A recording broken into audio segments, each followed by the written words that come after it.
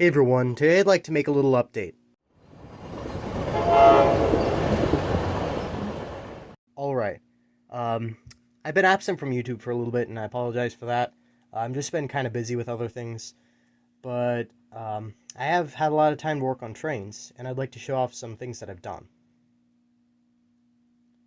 This isn't necessarily a layout update, but I am going to show off some stuff involving the layout. It's more of just a general update of the whole train collecting and some layout things, but I've got this trolley loop going, and about half of it is a street running loop, or it's going to be a street running loop. I've already got the pavement in for this section. I'm gonna go ahead and weather that road eventually, but for right now it's just gonna stay the way it is until I can tweak the performance of the trolley line. And this just goes around, it utilizes that old bit of track back there that I laid, gosh, almost a year ago at this point.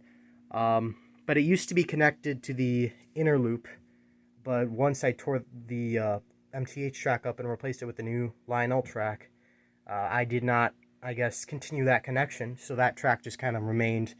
And then eventually I decided to utilize it, and I made this trolley loop, and it runs all right.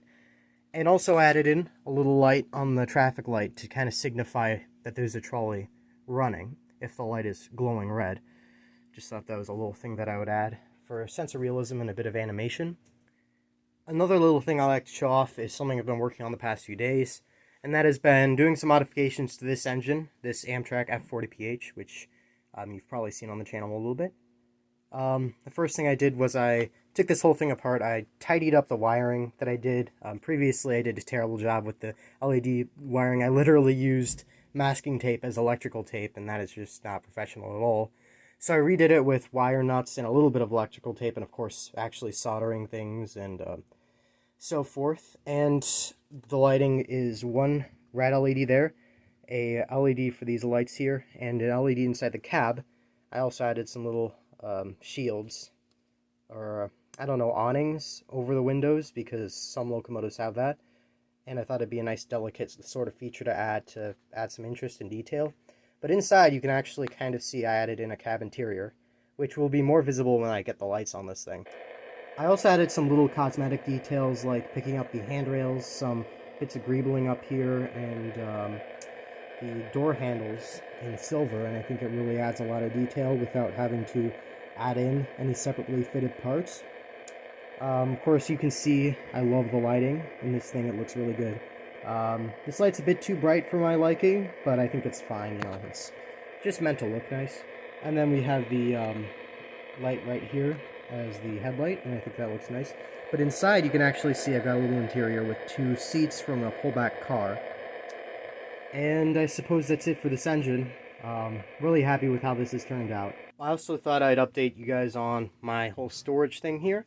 It's going pretty good. Up here, I've kind of made a thing where this is where I store the sets that I run a lot or just want to display. Right now, it's kind of a little messy, but it's all right. And I haven't shown this off on camera yet, so I thought I might as well, just for a little bit of content. The track is actually reused from the old layout, and there's an idea of something you can do with old track that isn't really fit for running anymore. You can just use it to display trains. And since this track isn't super prone to rust, I think it's fine to store trains on here. I don't think they'll get damaged. Usually, of course, I always have the Norfolk and Western, really cool looking Spirit of 76, I think, set. I got this for free from my great uncle, and I was able to keep it in exchange for just fixing it. And you know, it's not mine permanently. Of course, I might give it back to him or give it to someone else in the family. I'd be happy to do that, but I'm glad to have this set, and I'm glad to have fixed it. And I have this thing, which I actually have never shown off. I guess today is the day of showing off things that haven't been on camera before. This engine is really cursed. It's a Amtrak Phase 5, or is it Phase 4? I think it's Phase 5, I'm not sure. Alco engine, which is strange. You know, it's multiple levels and layers of strange, but I think it looks alright. It's the closest I'm going to get to a modern Amtrak engine without having to buy anything modern, which I don't want to have to deal with.